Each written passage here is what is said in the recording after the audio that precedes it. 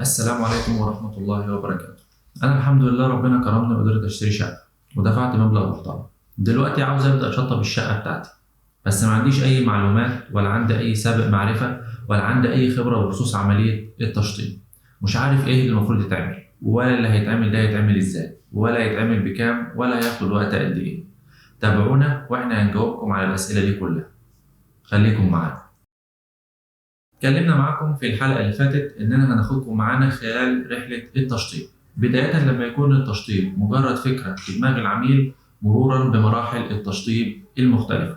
النهاردة بداية الرحلة دي هنجاوبكم على 4 أسئلة بخصوص التشطيب. هتعرفوا معانا إيه اللي المفروض يتعمل واللي هيتعمل ده يتعمل إزاي ويتعمل بكام ويتعمل في وقت قد إيه. جهزوا نفسكم، سيبوا كل اللي في إيديكم، هاتوا ورقة وقلم وخليكم معايا. أول سؤال معانا في التشطيب إيه اللي المفروض يتعمل؟ عشان نعرف إيه اللي المفروض يتعمل خلال عملية التشطيب عاوزين نعرف يعني إيه تشطيب. التشطيب ببساطة هو إعطاء الأسطح والفتحات شكلها النهائي مع عمل التمديدات اللازمة للبنية التحتية. تعالوا مع بعض كده نتتبع التعريف ده كلمة كلمة. التشطيب هو إعطاء الأسطح. الأسطح دي هي الأرضيات والحوائط والأسقف. الأسطح والفتحات، الفتحات دي اللي هي فتحات الأبواب والشبابيك شكلها النهائي مع عمل التمديدات. التمديدات دي هي تمديدات الكهرباء والسباكة والمكيفات.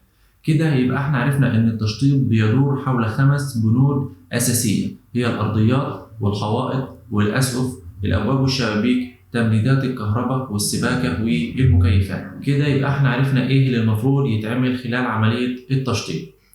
نروح بقى للسؤال التاني، طيب اللي هيتعمل ده هيتعمل ازاي؟ ازاي اشطب الارضيات؟ ازاي اشطب الحوائط؟ ازاي اشطب الاسقف؟ ازاي اتعامل مع الابواب والشبابيك؟ وازاي اعمل تمديدات الكهرباء والسباكه والمكيفات؟ عشان ننفذ ال5 بنود الاساسيين دول محتاجين ان احنا ننفذ 15 خطوه.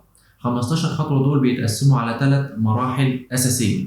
3 مراحل دول هم مرحله التاسيس، مرحله الديكور، مرحله التركيبات. كل مرحلة من المراحل ال3 دول بتضم 5 خطوات. تعالوا كده نتكلم عن المراحل دي. أول مرحلة معانا هي مرحلة التأسيس. مرحلة التأسيس بتشمل أعمال تأسيس الكهرباء، تأسيس السباكة، تأسيس المكيفات، عزل أرضيات الحمامات والمطبخ والمحارة. المرحلة رقم 2 هي مرحلة الديكور، ودي بتشمل خطوات سيراميك حوائط الحمامات والمطبخ، أعمال الأسقف المعلقة، أعمال الأرضيات، أعمال ديكورات الحوائط والنقاشة. المرحلة الثالثة هي مرحلة التركيبات، ودي بتشمل أعمال تركيب الأبواب، تركيب الشبابيك، تركيب فينش الكهرباء، وتركيب فينش السباكة، وأخيرا تركيبات إضافية. كده يبقى احنا عرفنا اللي المفروض يتعمل هيتعمل ازاي، وجاوبنا على السؤال رقم 2. كده فاضل لنا السؤال رقم 3 والسؤال رقم 4 اللي يتعمل ده هيتكلف قد ايه وهياخد وقت قد ايه. عشان نجاوب على اخر سؤالين دول محتاجين ان نعرف الاول حاجه اسمها مستويات التشطيب. مستويات التشطيب ببساطه يعني هل العميل ناوي ان هو يكلف ويعمل حاجه على مستوى عالي، ولا ناوي ان هو يوفر ويعمل حاجه على قد، ولا ناوي ان هو يعمل حاجه متوسطه. عشان كده عندنا 3 مستويات للتشطيب. اول مستوى معانا مستوى التشطيب الاقتصادي، تاني مستوى معانا مستوى التشطيب شبيك لبيك، تالت مستوى معانا اللي هو مستوى التشطيب الاعتيادي. هنبدا نتكلم عن مستويات التشطيب دي بشيء من التفصيل.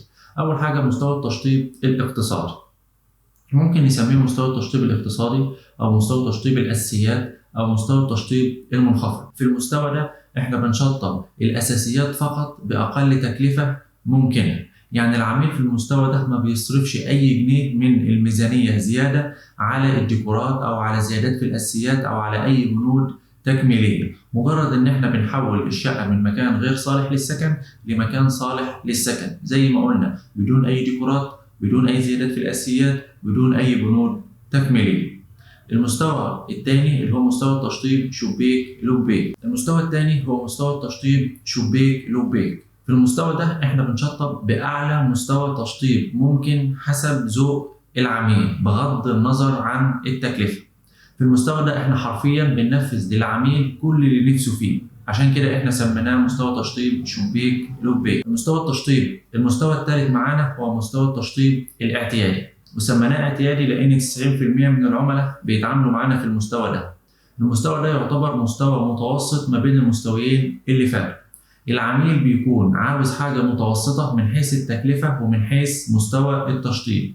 يعني العميل بيكون مش عاوز يوفر ويعمل حاجة على قد زي مستوى التشطيب الاقتصادي، وفي نفس الوقت مش عايز يكلف ويعمل حاجة بمستوى عالي زي مستوى تشطيب شباك لبيك.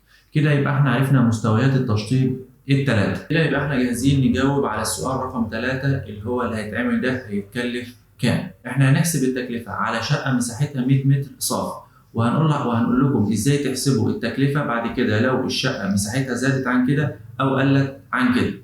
هنتكلم في الأول على مستوى التشطيب الاقتصادي.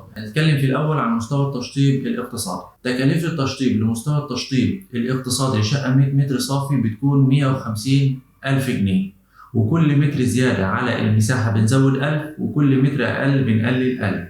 يعني لو الشقة 100 متر صافي بقت 120 صافي، في الحالة دي الشقة تكلف 170,000 جنيه تشطيب. لو الشقة 100 متر صافي بقت 80 متر صافي، في الحالة دي الشقة تتكلف 130,000 جنيه تشطيب. كده يبقى احنا عرفنا تكاليف التشطيب لمستوى التشطيب الاقتصادي. طيب عاوزين نتكلم بقى عن مستوى التشطيب شباك لبيك اللي احنا قلنا ان احنا بننفذ فيه اعلى مستوى تشطيب ممكن حسب ذوق العميل. في الحقيقة ان المستوى ده ما نقدرش نحدد تكلفته بالظبط الا من خلال حاجة اسمها المقايسة التسعيرية، ودي هنتكلم عليها في الفيديوهات الجاية. بس أنا ممكن أديكم رينج للتكلفة. تكلفة التشطيب في مستوى التشطيب شباك لبيك من 3 ل 4 أضعاف تكلفة التشطيب الاقتصادي. لو عاوزين نحسب تكلفة تشطيب الشقة ال 100 متر صافي دي في مستوى التشطيب شباك لبيك، هنضرب ال 140,000 اللي هم تكلفة التشطيب في من 3 ل 4. كده يبقى احنا قدرنا نحسب تكلفة تشطيب الشقة ال 100 متر في مستوى التشطيب شباك لبيك، وهكذا بالنسبة لأي مساحة. نحسب تكلفة التشطيب الاقتصادي بتاعتها زي ما اتعلمنا في مستوى التشطيب الاقتصادي، ونضرب التكلفة دي في من 3 ل 4. كده يبقى احنا عرفنا رينج التكلفة في مستوى التشطيب شباك لبيك، لأن احنا قلنا إن تحديد التكلفة بالظبط اللي هيتكلفها مستوى التشطيب شباك لبيك ده بيتحدد من خلال المقايسة التسعيرية. كده يبقى باقي لنا مستوى التشطيب الاعتيادي. عاوزين نعرف تكلفة التشطيب في مستوى التشطيب الاعتيادي اللي 90% من العملاء بيشطبوا فيه، هيبقى التكلفة كام؟ مستوى التشطيب الاعتيادي التكلفة بتاعته العميل هو اللي بيحددها بناء ان هو عرف المينيمم اللي هي تكلفة التشطيب الاقتصادي، والماكسيمم بتاع التشطيب اللي هي تكلفة تشطيب شباك لبيك. يعني لو جينا اتكلمنا برضو تاني على الشقة ال 100 متر صافي، قلنا ان هي تتكلف حوالي 140,000 جنيه كتكلفة تشطيب في مستوى التشطيب الاقتصادي، ده يبقى المينيمم بتاع التشطيب. وقلنا ان هي تتكلف حوالي من 3 ل 4 اضعاف ال 140,000 جنيه دول في مستوى التشطيب شباك لبيك، يعني حوالي 500,000 جنيه. يبقى ال 140,000 جنيه دول هم مينيمم التكلفة، وال 500,000 جنيه دول هم ماكسيمم التكلفة. في مستوى التشطيب الاعتيادي العميل بقى هو اللي بيحدد التكلفة اللي هيشطب بيها بناء على المينيمم والماكسيمم دول. يعني العميل بعد ما عرف ان الشقة تتشطب من اول 140,000 لحد 500,000، ممكن يقول يا باشمهندس انا هشطب ب 250,000، او هشطب ب 200,000، او هشطب ب 300,000، او هشطب ب 350,000 حسب الميزانية بتاعته. يعني في مستوى التشطيب الاعتيادي ميزانية العميل هي اللي بتتحكم في التكلفة بناء على المينيمم والماكسيمم. العميل بيحدد تكلفة متوسطة ما بين الرقمين دول بناء على الميزانية بتاعته. يعني هنقول مثلا ان مستوى التشطيب الاعتيادي لشقة 100 متر صافي العميل قال ان هو هيشطب بحوالي مثلا 250,000 جنيه. بنيجي نقسم التكلفة دي لجزئين. الجزء الاول اللي هي تكلفة التشطيب الاقتصادي اللي هي حوالي 140,000 جنيه في الشقة ال 100 متر، والجزء الثاني اللي هي التكلفة الإضافية اللي بنبدأ ينفذ العميل بيها الزيادات والديكورات والبنود التكميلية.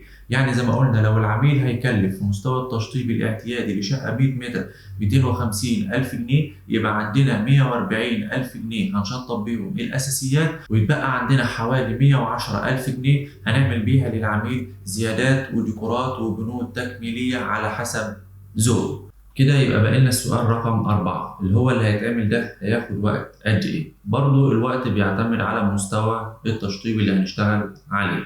يعني مستوى التشطيب الاقتصادي بياخد حوالي 8 أسابيع، مستوى التشطيب شبيك لبيك بياخد حوالي 13 أسبوع، والتشطيب الاعتيادي بياخد فترة متوسطة ما بين 8 ل 13 أسبوع، على حسب إيه البنود اللي هننفذها وإيه البنود اللي مش هننفذها. كده يبقى احنا اتكلمنا معاكم عن التشطيب بصورة عامة، وجاوبنا على الأربع أسئلة الأساسيين اللي هم إيه اللي المفروض يتعمل، واللي يتعمل ده هيتعمل إزاي، ويتعمل بكام، ويتعمل في وقت قد إيه. أتمنى تكونوا استفدتوا من الفيديو، ولو عندكم أي أسئلة أو استفسارات بخصوص محتوى الفيديو أو بخصوص التشطيب والديكور بصورة عامة، ممكن تتواصلوا معنا على رسائل الصفحة أو من خلال أرقام عملائنا الأعزاء. سلام.